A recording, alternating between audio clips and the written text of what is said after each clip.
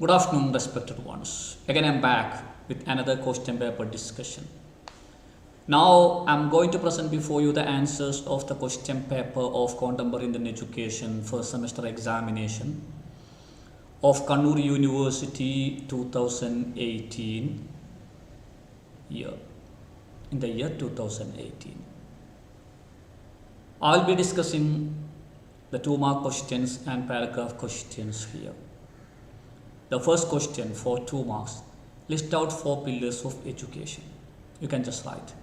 The following are the 4 pillars of education according to UNESCO. Learning to know, learning to do, learning to be, learning to live together.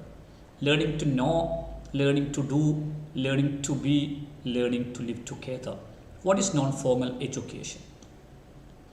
Non-formal education is the type of education organized collectively for providing education to those who haven't got any type of education during their childhood days because of a number of factors, and those who have already got a job and want to continue their education for updating their skills and getting some improvement through distance education programs, open universities, and some other collectively organized programs. For example, literacy programs as a part of adult education, some diploma courses for working people, in-service training for teachers, and so and so. Expand KANFED and RMSA. KANFED, Kerala Association for Non-Formal Education and Development. Kerala Association for Non-Formal Education and Development. RMSA, Rashtriya Madhyamik Shiksha Abhiyan. Rashtriya Madhyamik Shiksha Abhiyan. What is 3-language formula? 3-language formula is a formula for teaching languages to school students recommended by Mudaliya Commission and later modified by Kosari Commission. According to Mudaliya Commission, each and every student should learn mother tongue at the first stage and later Hindi and English by the time he or she completes elementary education. And this is modified by Kotari Commission, which told that each and every student who belong to Hindi speaking state should learn Hindi as their mother tongue, English and any other modern Indian language, while students who belong to non-Hindi speaking states should learn their mother tongue, Hindi and English by the end of elementary education. Write a few words on Wardha Scheme of Education. In 1937, Mahatma Gandhi published a series of articles by expressing his educational concepts. As a result, Indian National Congress called a conference and assigned the duty of studying the concepts of Mahatma Gandhi to a committee under the chairmanship of Dr. Zakir Hussain. They submitted a report, and this report or this scheme of education is known as Wardha Scheme of Education because the conference was held at Wardha. What is meant by child rights? According to UNCRC, United Nations Convention for Rights of the Child, any person below the age of 18 years is a child. Such people have got some special privileges and rights. These rights are known as child rights.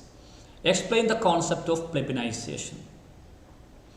Plebinization is a term used in Rome or Greece, which tells about culture of a particular society. According to the ancient Roman and Greek concept, when you give education to a person, you should provide all the knowledge which cover all the pieces of knowledge which cover all the aspects related to the culture of a particular society. What do you know about multilingual education? Multilingual education is a strategy that tells that a second language can be taught to a person only after he becomes a master in using his own mother tongue. Multilingual education is a strategy for teaching language where a person starts learning a second language only after getting mastery or expertise in his or her own first language or mother tongue. What do you know? What is marginalization? Marginalization is the process of forcing some sections of the society to be away from the mainstream by denying them some rights such as education for developing themselves. Or you can write marginalization is the process of making some sections of the society away from the mainstream and throw them to the corner of the society by denying them education and such processes which would help them to develop themselves. State Article 45 of the Constitution of India. Actually, Article 45 of the Constitution of India is a part of Directive Principles. This Directive Principle advises the government that they should ensure free and compulsory elementary education to all the children between 6 and 14 years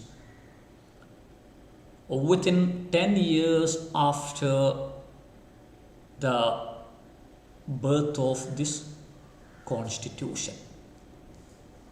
But later, this right of or this concept was included as a part of Article 21 and was made a fundamental right. Actually, education was not a fundamental right, it was only a part of the Directive Principle of Indian Constitution. But later it became a fundamental right. So here Article 45 was the Directive Principle when the Indian Constitution came there. So you can just write this one. Article 45 was one of the Directive Principles in our Constitution, and this Directive Principle advises the government to ensure free and compulsory elementary education to all the children between 6 and 14 years. Now the 2 marks questions are over. Now we are going to the paragraph questions. Question number 11. Critically examine Oriental-Occidental controversy. So you have to start from the very beginning of the British invasion. So critically examine Oriental-Occidental controversy. You can just start like this. Though Britishers came to India just after 1600, that means in 1600 and 1609 or 10, like that. Though they came to India in 1600, they hadn't started giving education to Indians until they captured the power in India after the War of Plassey in 1757. When they got the power in India, they needed thousands of office workers. It was not possible to bring thousands of people from Britain during that time. So they just decided to give modern education to Indians.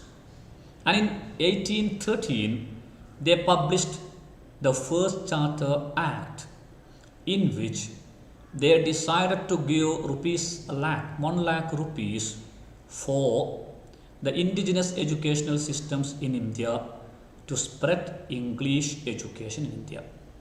In 1817, another Charter Act was published, in which they increased the financial aid of 1 lakh rupees to 2 lakh rupees. During this time, a controversy emerged there. People were divided into two groups. One group told that Indians should be given education in Indian languages such as Arabic, Urdu, and Sanskrit. And they also argued that Indians should be taught Eastern culture and literature. But the other group argued that Indians should be given education in English language and they should be taught European literature and culture. This controversy is known as Oriental-Occidental controversy. The controversy was something which created some confusion in the field of education at the very beginning, because Britishers had just started to give education to Indians, and at the very beginning the controversy emerged there. So everything was in a confusion, and this confusion remained there for a number of years.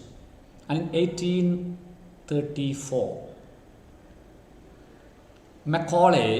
Lord Macaulay was assigned the duty of submitting a report for solving this controversy called Oriental-Occidental controversy.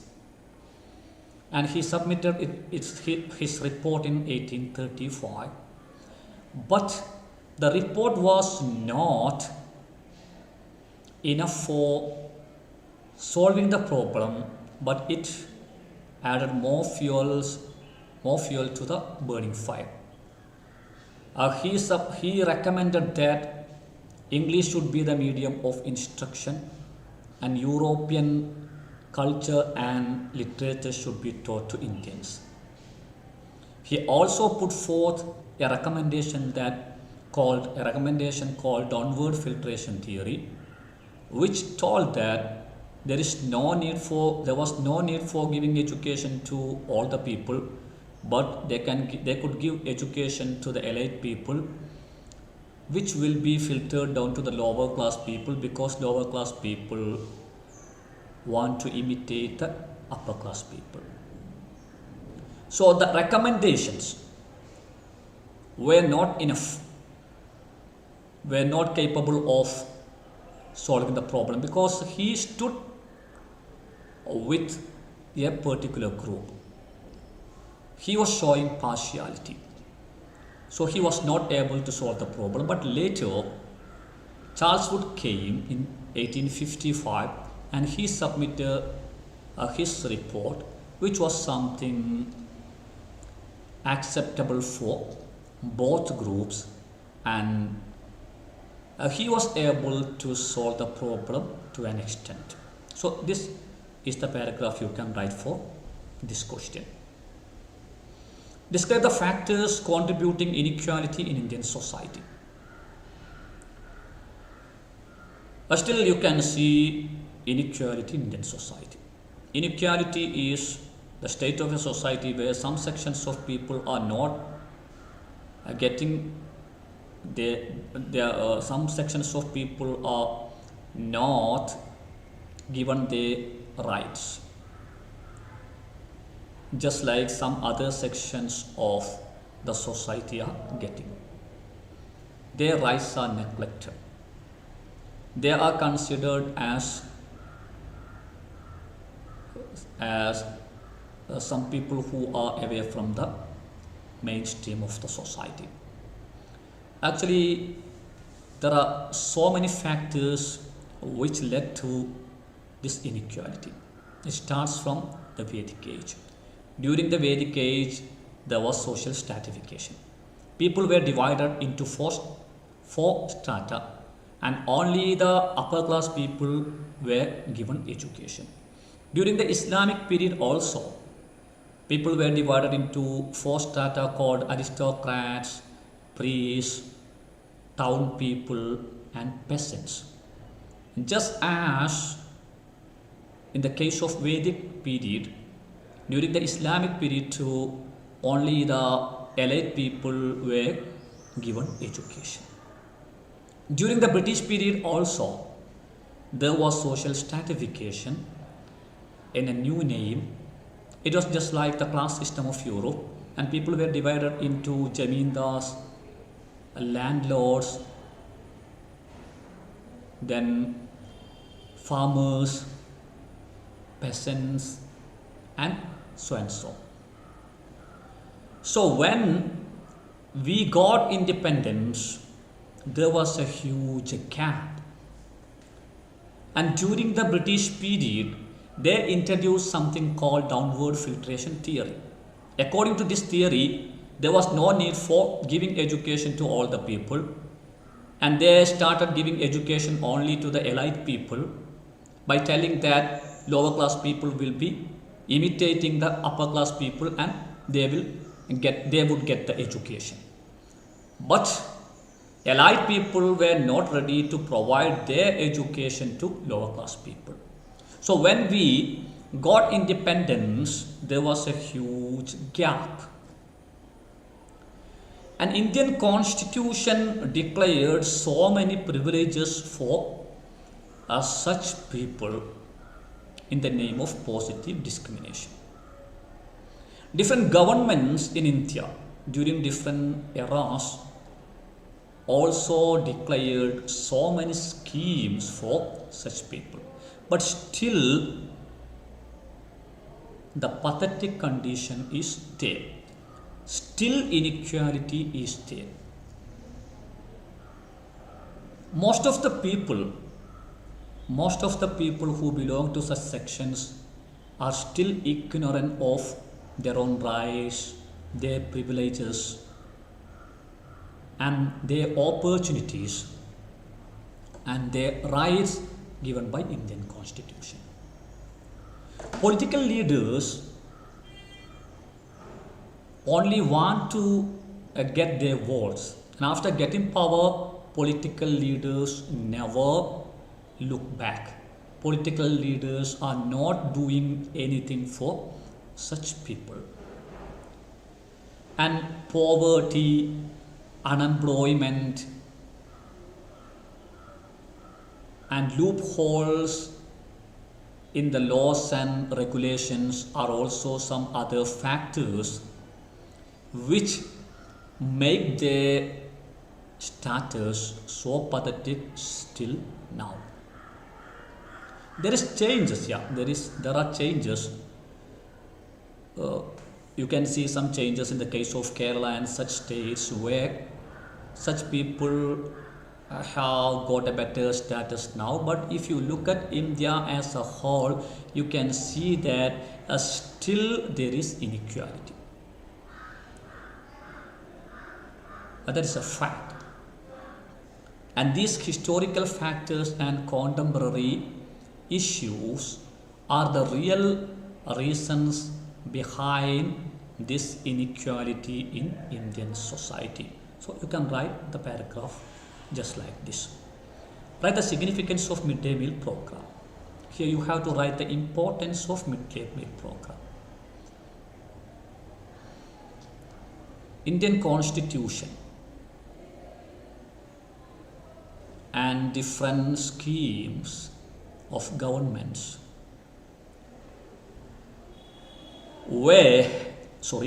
Indian Constitution has given so many privileges to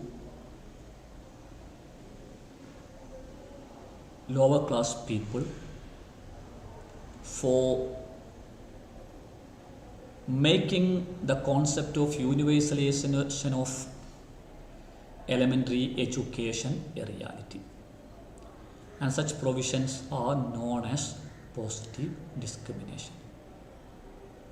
Moreover, when Indian Constitution came into existence, it included Article 45 as a directive principle, which advises the government to provide free and compulsory education to all the children between 6 and 14 years within 10 years after the establishment of or after the forming of this constitution. But the matter is that even after including such articles in Indian Constitution, most of the children were not going to schools for getting enrolled. And there was another problem called wastage and stagnation. Some students were discontinuing their education without completing even the primary stage of education. Some other students were to sit in the same class for 2 or more years. And it was found that the real reason behind wastage and stagnation and lack of enrollment in schools was lack of nutritious food. So a program called Midday Meal Program was launched even before independence in India. It has got some social significance. Most of the people in India, 1 out of 5, are belonging to below poverty line, and they are not getting nutritious food. Without getting nutritious food, they cannot study anything. They will be hungry and they will be tired, and when they are tired, they cannot give attention to the classes given by the teachers. So naturally, they will discontinue their education. And when the midday meal program is there, parents will be ready to send their children to schools, because they will feel that if they send their children to school, their children will get at least lunch. So it has got some significance, and it's a significant scheme introduced by different governments, and nowadays students are provided different types of nutritious food at school. Alright, and not on UEE, Universalization of Elementary Education. Universalization of elementary education is a concept put forth by Mahatma Gandhi first in India. As a part of his basic education, he recommended that all the children between 7 and 14 years should be given free and compulsory education. He was advocating that without giving education to all the people, you can never develop your country. All the people should be a part of development of the country. And he also told that all the children or all the youngsters should be able to stand on their feet from the very beginning of their life. So he told that all the students, all the children between 7 and 14 years should be given free and compulsory education. Sergeant Plan, the last Educational Commission report during the British period, recommended that all the children between 6 and 14 should be given free and compulsory education by following the recommendation or the concept of Mahatma Gandhi. And when we got independence, our constitution included this as a directive principle in the form of Article 45. According to Article 45, the government should provide free and compulsory education to all the children between 6 and 14 within 10 years after the forming of this constitution. Still, even after a number of years, universalization of elementary education could not become a reality. Different governments declared different schemes. In 1986, as a part of the National Educational Policy,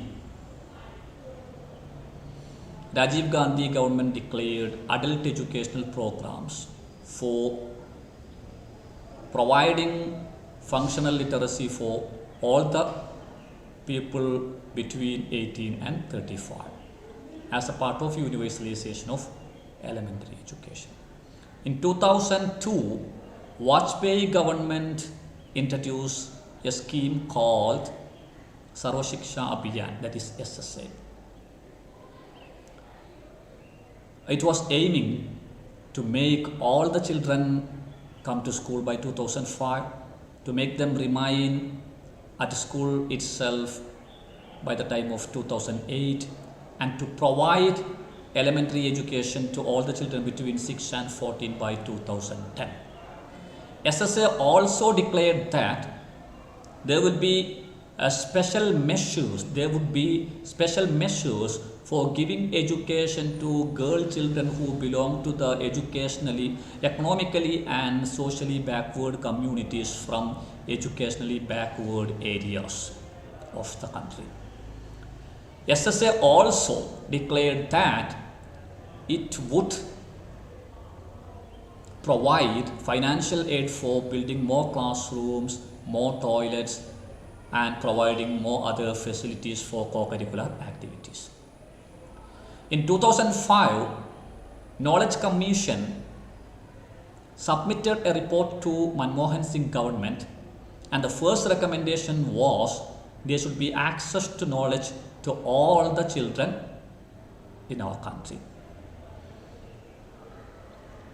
As a result, in 2009, Manmohan Singh government or the UPA government passed the Right to Education Act in the Parliament, and this act is known as 2009-10, known as Right to Education Act of 2009-10.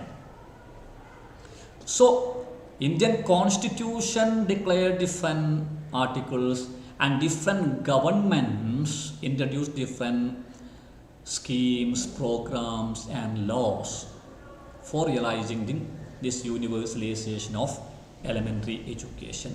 But still, as a whole, India hasn't reached its aim of providing free and compulsory education to all the children of our country. The journey continues. Briefly explain the caste and class diversity existing in India. If you think about the caste and class diversity in India, you have to go back. Actually, when you hear to the term caste and class diversity, it sounds something positive. But caste and class diversity in India is not something positive, but it's something negative. I was told that Aryans came to India in AD 1700. In 1700 BC. In 1700 BC. And Vedic period was divided into two: early Vedic period and later Vedic period. And it is told that there was no social stratification during the early Vedic period, and each and every person had been given education. And from 1008 BC to 500 BC or 600 BC, the period was known as later Vedic period. It's also known as epic period because during the time Mahabharata and Ramayana were written. It's also known as Brahmanic period because Brahmins got dominance during that period. And according to historians, during the later Vedic period, there was social stratification. People were divided into different strata or layers, such as Brahmins, Kshatriyas, Vaishyas and Shudras. All the three upper class people were given education, but Shudras were not given any sort of education. And it is told that during the Buddhist period there was no social stratification. And during the Islamic period again there was social stratification. But now the names are changed. You can see a sort of semi-class system. Aristocrats, priests, town people and peasants. Aristocrats were the emperors, kings, their relatives, then army leaders, ministers, soldiers, right? Then priests were religious priests belong to Islam and Hinduism. Then town people were merchants and traders, and peasants just like Shudras. And all the three upper class groups were given education and peasants were not given any sort of education. And during the British period again social stratification was there, but caste system was changed into class system. People were divided into Jamindars, landlords, right? Jamindars, landlords, then farmers, then agricultural laborers. Again, the upper class people were given education and the lower class were not given any sort of education. So when we got independence, as I told earlier, there was a huge gap. And during the time of British period, during the time of British rule, they introduced downward filtration theory, and they gave education only for the elite people of the society. So this huge gap was there when we got independence. And see, even after declaring so many privileges as a part of positive discrimination and so many schemes for making these people into the come to the mainstream of the society, still they are marginalized. And even after becoming well educated people, still we keep a sort of stratification in our minds. Now there are thousands of castes in our country. In southern states, they are known as scheduled castes, scheduled tribes, and so on. So in North India, they are known as Dalits. And you can see thousands of castes are there. If you look at Kerala as a small state, there itself you can see hundreds of castes. Tiya, Pulaya, yeah, so many castes are there. And still the concept is there. And you will be one-third, even after getting modern education, even after telling that we are civilized, still we are keeping this social stratification. And this is not a positive sign. Because caste system and class system are a result of the superiority complex of some sections of the society. And some castes are always neglected, humiliated, insulted, and thrown away from the mainstream society. What is alternative education? Explain. Alternative education is some educational process out of the formal educational systems for providing education for those people who are not ready to come to the mainstream educational institutions, those who haven't got any education during their childhood days, and those children whose parents complain that formal educational systems do not provide anything creative and practical. As a result, so many alternative educational movements came into existence, such as alternative schools, deschooling, then in Kerala Grantharshala Sangam, and so and so. Alternative schools are some educational institutions started by some great people who thought that formal educational systems do not provide anything creative and practical. And some others started some alternative schools just for giving education to some socially excluded communities who were not ready to come to the mainstream educational institutions. For example, Kannur, an alternative school built by K.J. Baby, a famous writer and social worker. Kannur was started for giving education to Adivasis in Kerala. Actually, government was declaring so many programs for making the students who belong to children who belong to Adivasi groups come to normal educational institutions, but they were not ready to come.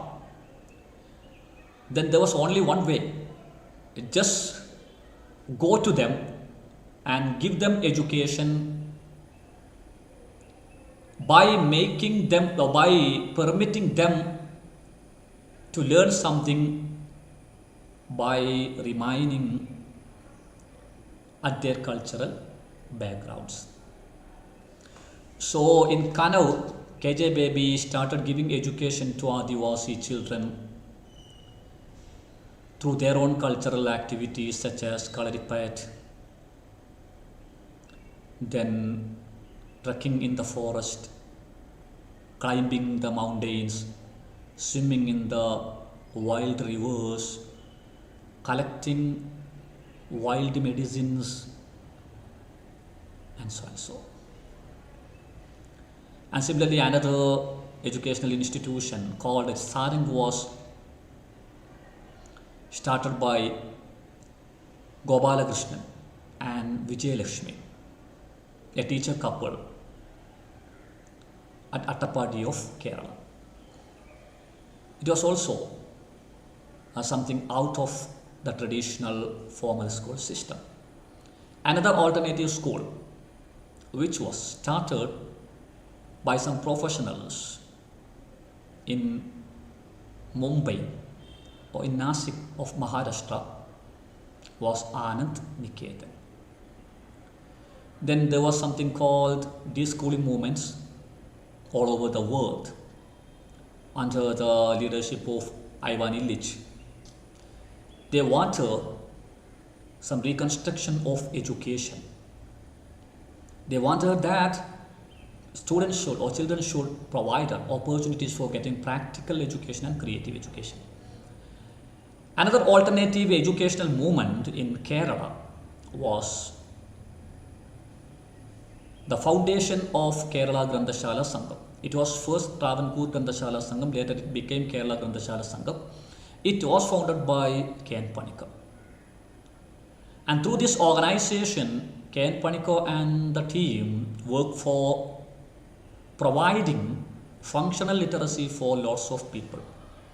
Later they started KANFED, Kerala Association for Non-Formal Education and Development, to provide literacy and continuing education to those who haven't got any type of education from formal institutions.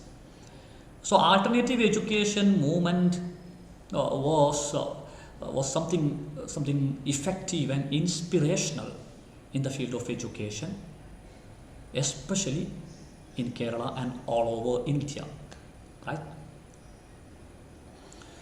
What are the salient features of Islamic education? So it's a paragraph. For paragraph, it is the question for paragraph. Islamic education is not the education which was providing religious education, but Islamic education was the educational system which was prevailing during the medieval period in India. It is called Islamic education because most of the rulers during the medieval period in India were Muslims. So they were organizing the educational systems during those days. So it is called Islamic education. It's also known as medieval education.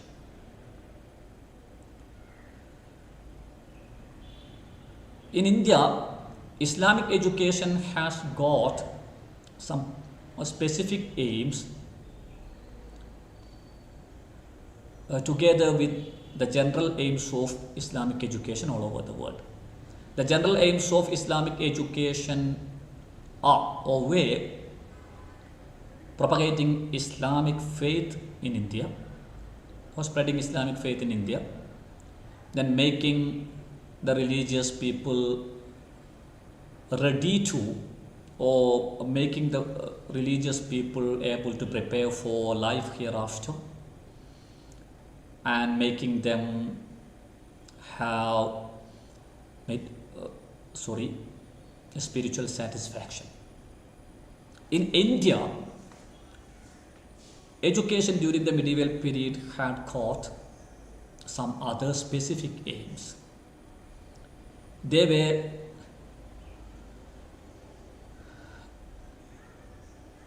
were creating some people with some clerical skills, because during the medieval period they just started some modern administrative processes, though it was not completely modern. So creating some clerical people, then providing some war related education, then teaching communication, arithmetic, reading and writing. So these were the specific aims of education during the medieval period. And just as in the case of Vedic education and Buddhist education, during the Islamic period also there was some initial ceremony for starting education, and it was known as Bismillah. When a child becomes 6 years, 6 months and 6 days old, he takes bath and comes before the ustad or mullah or the religious teacher and recites Bismillahir Rahmanir Rahim. I start in the name of the God, the most merciful and munificent. When the mullah recites. So this is the initial program. It was known as Bismillah. During the Islamic period, the educational institutions were divided into two: maktabs and madrasas. Maktabs were the primary educational institutions where reading, writing and recitation of Quranic verses, prayers and etc. were taught. Madrasas were the higher educational institutions where they were being taught explanation of Quranic verses, explanation of the hadith, the holy hadith of the Prophet ﷺ, and religious laws and such things. And as a part of secular education, in madrasas, they were given education such as communication, leadership, war-related skills, administration, and etc. Different methods used during the Islamic period for teaching were lecture method, discussion, then debate, etc. And teacher was the center of the classroom. Teacher got a prominent role during those days, just as in the case of Vedic education and Buddhist education, and teachers were giving severe punishments to students, and the relationship between teacher and student was considered something holy and sacred. Women folk were not given any sort of education, though some women who belonged to the aristocrat family were given education at the palace.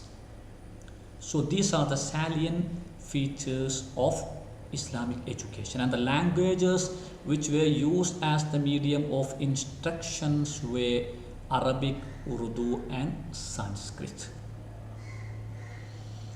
So next question number 19. Describe the role of education in nation building. Education plays a vital role in nation building. Nation building is a great process which needs some educated people.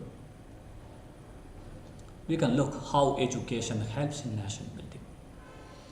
Education creates enlightened citizens. Enlightened citizens are some people who have got some vision of life, some multi-sided approach towards the development of the country, and who know the need and requirements of the country. Enlightened people always think by using their reasoning power and logic. They always will be wise. They never become emotional. They will be able to control their emotion, and they always use their wisdom for approaching different aspects of social life. Education creates democratic citizens too. Democratic citizens can develop a nation, because democratic citizens are always ready to respect the rights of others. You know that in democracy there is freedom, there is fraternity, there is equality. And educated people can realize the importance of liberty, fraternity, and equality together with the concept of dignity of each individual for the ultimate development of a country. India is a democratic country. But you cannot realize the concept of democracy by using policemen. You can realize the concept of democracy only when there are some citizens who are aware of the importance of the concepts such as mutual respect, mutual understanding, fraternity, liberty, equality, and dignity of each individual in a society. By giving education, you can create such citizens. Democratic citizens. Education helps you in economic development. Economic development is another factor which influences the process of nation building. How can you build a nation without economic development? That's a question.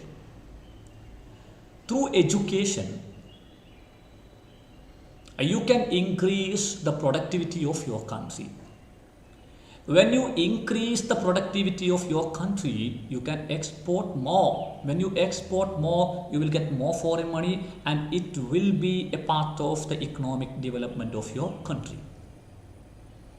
And when you give education to your citizens, they will get better jobs. When they get better jobs, they will earn more. When they earn more, you will get more tax. Again, economic development. So education helps in economic development, and economic development is a part of nation building. Education creates great leaders.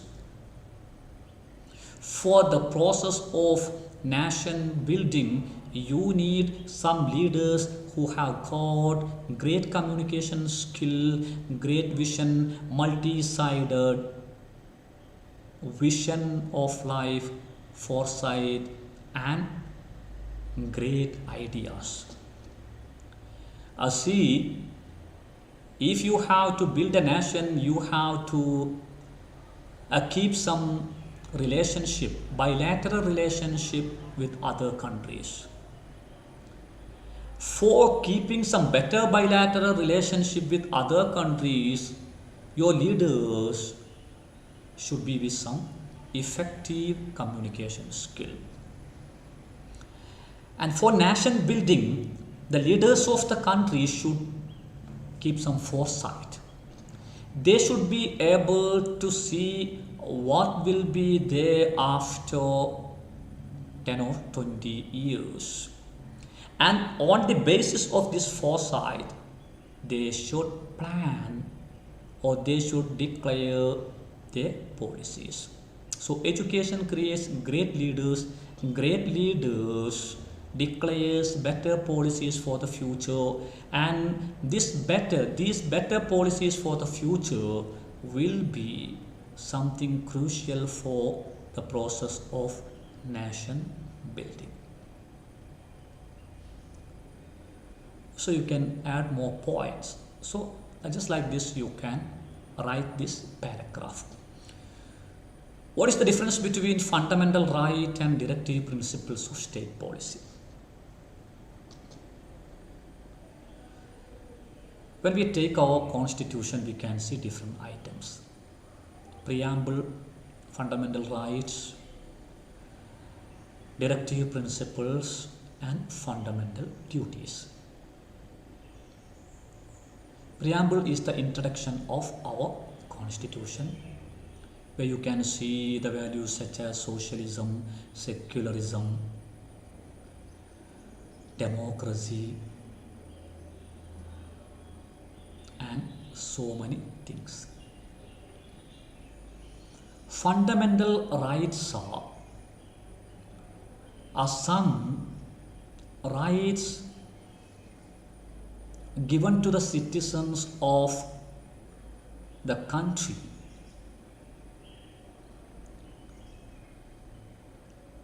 as a part of basic rights such as freedom to live.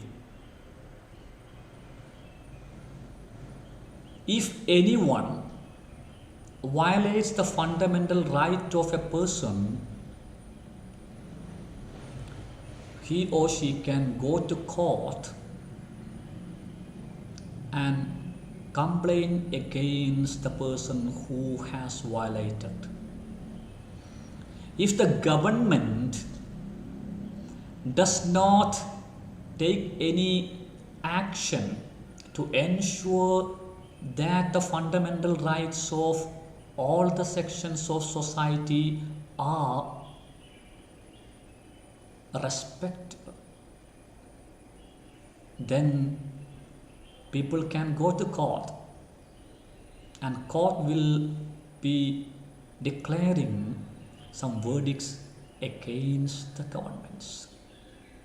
So fundamental rights are some rights which should be provided to citizens of our country at any circumstance.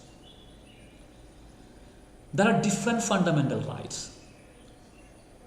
A right to freedom, right to equality, right to education, right to religious activities, so and so. All these should be ensured by the government without any failure. For example, Article 21A. According to Article 21A, all the children between 6 and 14 should be given free and compulsory education. It is the duty of the government.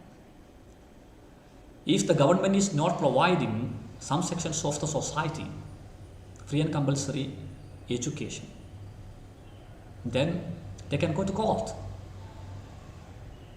Then government will be forced by the court to provide education to all the sections of the society. Directive principles are some other articles included in the Constitution.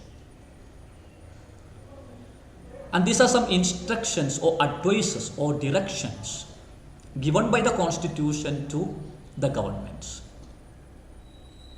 If the governments are not ready to implement, or if the governments are not following the instructions given by the Constitution when they are declaring some schemes or programs, no one can go to court,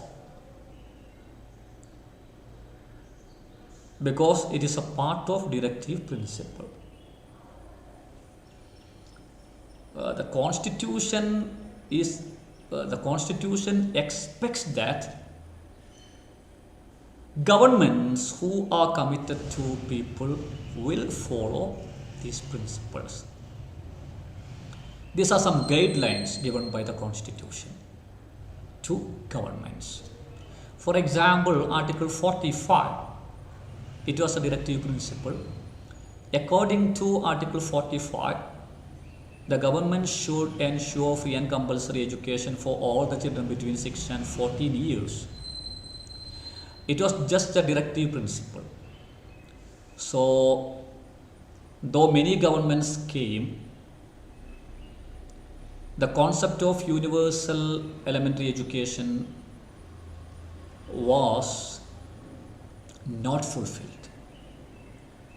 So, in 2002, it was included as a part of Article 21, and a new clause was added, Article 21A, for making education a fundamental right. So many directive principles are there. They are not just like fundamental rights. They are instructions or guidelines given to the governments by the Constitution. So this is the paragraph you can write there. So all the 2-mark questions and paragraph questions from this question paper have been discussed here. I may be back with another question paper discussion shortly. Till then, thank you.